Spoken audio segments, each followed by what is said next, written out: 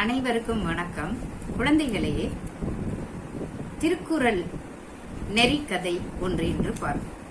குமாரும் முரளியும் 2 பேரும் மிகச்சிறந்த நண்பர்கள். ஆனால் குமாருக்கு எப்ப பாரு கோபம் வரும்.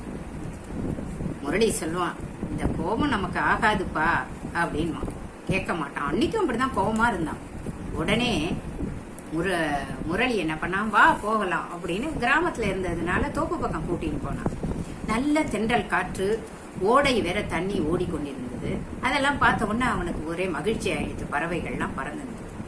அப்போ ஒரு ஆமை அந்த கரையில இருந்தது. அது அழகா மெதுவா ஊர்ந்து போயிருந்தது. அதை பார்த்தாங்க 2 பேரும். அப்ப அந்த ஆமைய கொத்தி சாப்பிடறதுக்காக காகம் வந்தது. காகம் வந்த உடனேயே ஆமை தன்னோட கால்கள் எல்லாம் உள்ள இழுத்துக்கும். உங்களுக்கு தெரியுமா, ஓட்டுக்குள்ள இழுத்துட்டது. ஓடு மட்டும்தான் இருந்தது. காகம் கொத்தி கொத்தி பார்த்தது.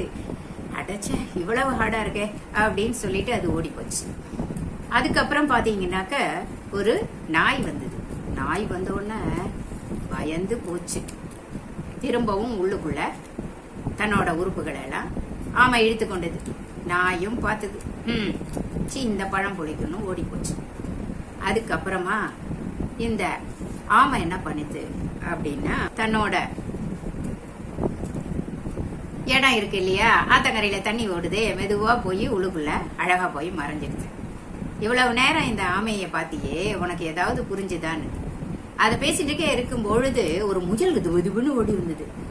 அது ஓடி துள்ளி குதிச்சு ஓடும்போது நாய் கொஞ்ச நேரம் நின்று இருந்தது பாருங்க. இந்த முயலை பார்த்ததும் அதை சாப்பிடலான்னு துரத்தின்னு போச்சு. முயல், நான் தான் வேகமா ஓடுவேனே, என்ன நீ பிடிக்க முடியுமா அப்படின்னு பாச்சா காட்டி ஓடிச்சு.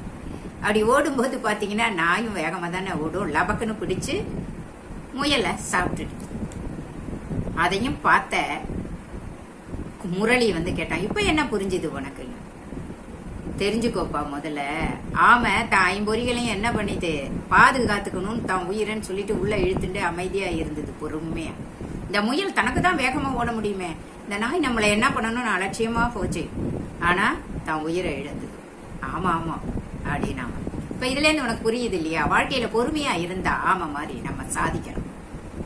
ஆமைக்கு 1000 வருஷம் வாழக்கூடிய தன்மைய அந்த பொறுமையால கத்துக்குச்சு. முயல் தன்னோட வாழ்க்கையை உடனே முடிச்சுக்குச்சு.